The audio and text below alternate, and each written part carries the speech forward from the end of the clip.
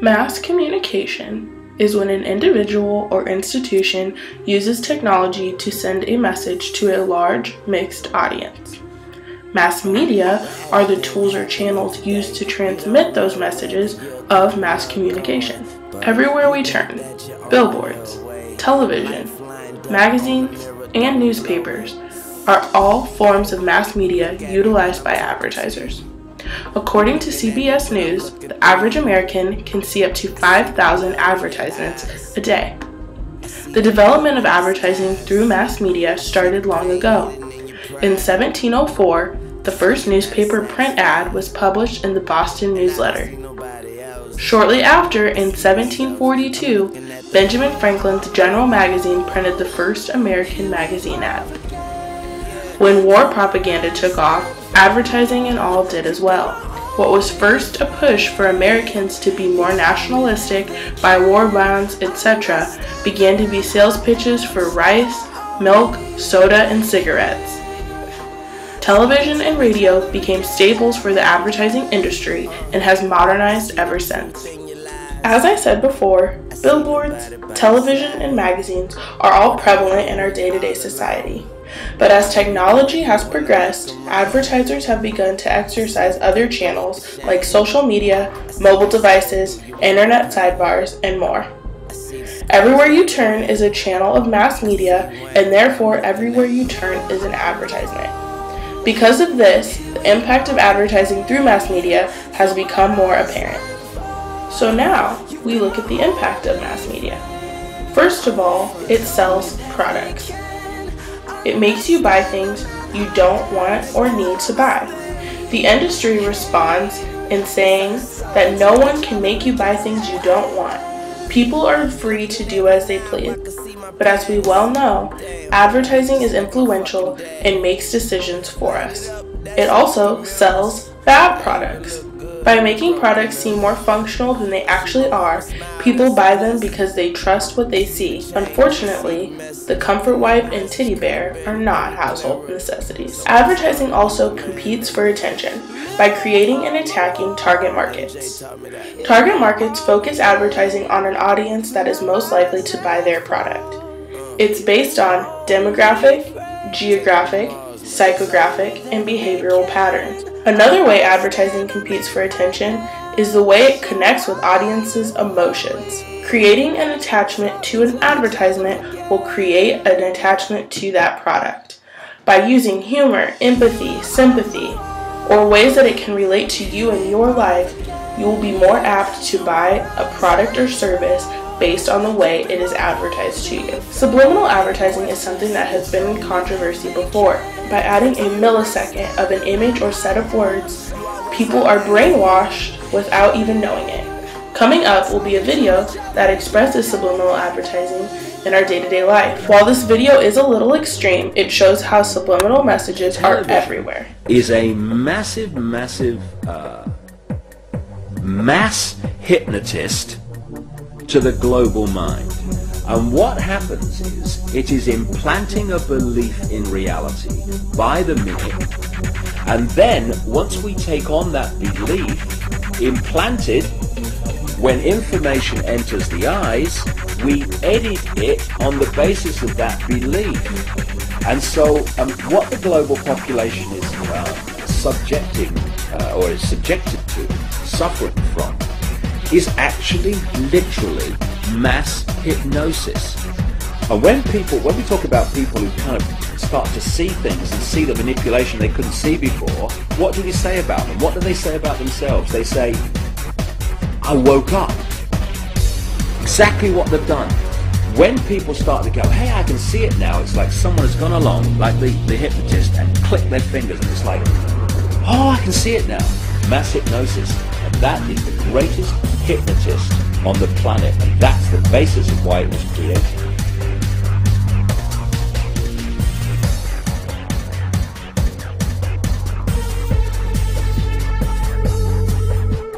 And when you start to research the subliminals in advertising and television, what staggers you is not what they do and what's there, but the scale of it. I mean, it's like our consciousness being hit by an explosion of this stuff. Because you see, this is a very interesting point.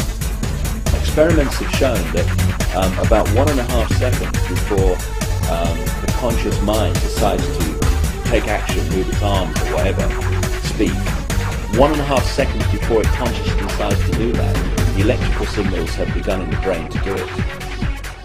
For me, the conscious level is the experiencer and observer of reality, but the subconscious is the creator of it, the generator of it. And this is why the Illuminati want the subconscious mind through subliminals. What does subliminal mean? It means below threshold. It's below the threshold the conscious mind picks up, but the subconscious mind picks everything up like a sponge. And therefore they are planting these thoughts into the subconscious, which then filter down into the conscious, and we think we're having our own thoughts, when actually they're implanted thoughts done at a subliminal level. Moving forward into subliminal competition, if you look at advertisements which compare one product to another, you will notice that the generic or competition brand often resembles the logo of a different company. As the impact of advertising became more significant, attention was directed to its effects on children. Violence in TV shows, video games, etc. has caused desensitization in our youth. It creates a mean world mentality, provokes imitation of violent acts, and as time has progressed, destructive activity has increased. Next is physical appearance. With media creating the ideal body image through the women it portrays in magazines, it has created a rise in depression and a rise in eating disorders. Girls in the real world feel that they must meet this expectation that society has put and expressed through media. Many shows see women as sex icons, creating a sense of inferiority upon the female gender. Advertisements for fast food and candy took off when advertisers found out the adolescent audience pays attention. There was a push to change Cookie Monster to Veggie Monster. While this did not happen, Sesame Street took action in ways to encourage healthy eating to its audience. Well, me known for eating cookie when me don't fish out hooky, trying to throw loyal fans a curve. What's he doing eating fish or vegetable dish? Man, he sure got lots of nerve. Well, me answer you straight, when you're filling a plate, taking only cookies, all wrong. Cause you also got to eat fruit or veggies or meat if you want to be healthy and strong. Yo. Now moving to tobacco. In the 70s, tobacco ads appealed to women and youth, with young fresh characters or even cartoons. The Public Health Cigarette Smoking Act of 1971 banned advertisement of tobacco on radio and television. Tobacco companies in the 70s used advertising techniques to target youth and women. Congress created this act to eliminate that after finding a causal relation between smoking and lung cancer. The modern concern is alcohol advertising. With 75,000 deaths and 26% of automobile accidents in the U.S. being alcohol-related, alcohol has taken center stage. U.S. Congress is now proposing a legislation for the ban of alcohol advertisements. A 1996 survey by the Center on Alcohol Advertising showed that the Budweiser frogs were recognized by almost as many kids as Bugs Bunny in a classroom survey. We decided to do a study of our own. We visited Miss Tomich's 6th grade class at Swanson Elementary. First, we started out with the survey to see how susceptible these students were to advertising. 7 of them had a Facebook, 4 a Twitter, 2 an Instagram, and 9 had TVs in their room. Then we checked to see how many hours a day they spent on the computer and watching TV. The highest number was 14, while the lowest was 0. Next, I held up 2 different pictures and asked each student individually to identify the brand of a well-known product, Coca-Cola, versus an alcoholic product, Bud Light. While each student identified both of these correctly, things got a little more shaky when we got to people.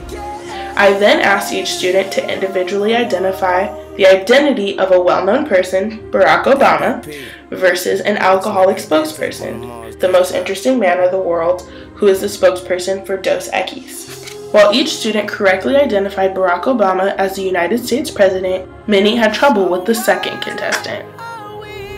No? No? That's Dos Equis, the beer. No? Nope. Alright. No. I've seen him on a beer commercial. I don't know who it is. That most interesting man alive from that commercial. I think that's the guy from Godfather. No idea. I have no In the end, 4 students identified our Dos Equis spokesperson correctly.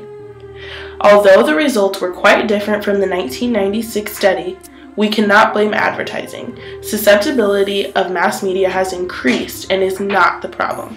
We have to also realize that we only tested one classroom that consisted of students within the same demographic. Now you know what mass media is, how it plays a role in advertising, how it affects people, and how much it affects people.